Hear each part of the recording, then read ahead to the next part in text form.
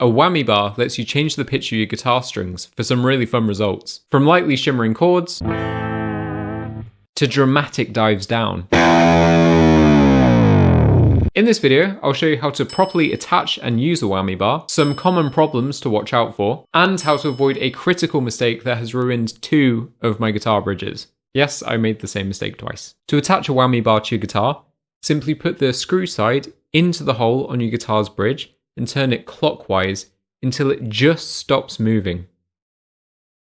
Now, this part's really important. Don't over tighten it. Over tightening it can cause this screw part to snap off and get stuck in your bridge, and that means that you can't use a whammy bar anymore. I found this out the hard way twice, and you can actually see in my guitar bridge here where a piece is still lodged in. If you find that your whammy bar is rattling around a little bit too much for you, then you can get these springs called tension springs, and they just drop into the hole on your guitar's bridge and help keep the whammy bar still.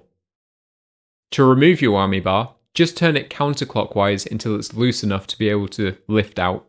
To use a whammy bar, simply press it down or pull it up when you're playing a note or chord. This moves the bridge, which changes the pitch of your strings.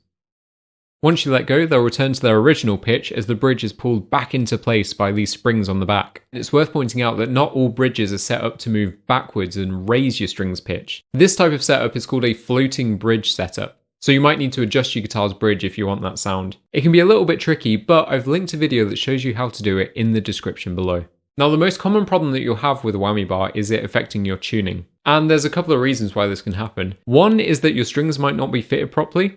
So if there's any slack at the tuning posts or the ball end isn't in contact with the bridge, then when you use your whammy bar and the bridge moves, that can cause the string to slip, and then that will pop your tuning out of place.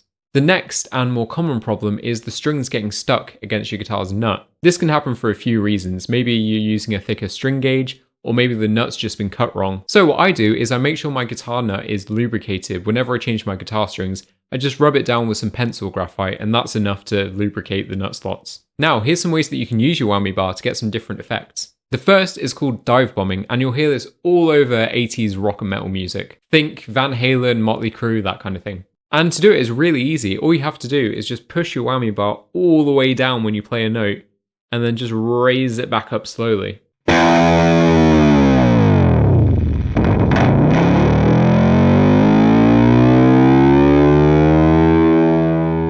It's worth pointing out though that if anything's going to give you a problem with your tuning, it's this, because we're moving the bridge so much. So just bear that in mind. The next is this screaming-like sound that you'll hear all across Joe Satriani's music. To do this, you just hit a harmonic on your guitar, and then you just really slowly drop or raise the whammy bar. Finally, by rapidly using the tremolo, you can get this sort of shimmery surfer-like sound. All you have to do is just really quickly and gently bounce your hand off the whammy bar, and it gives you this sort of warble effect.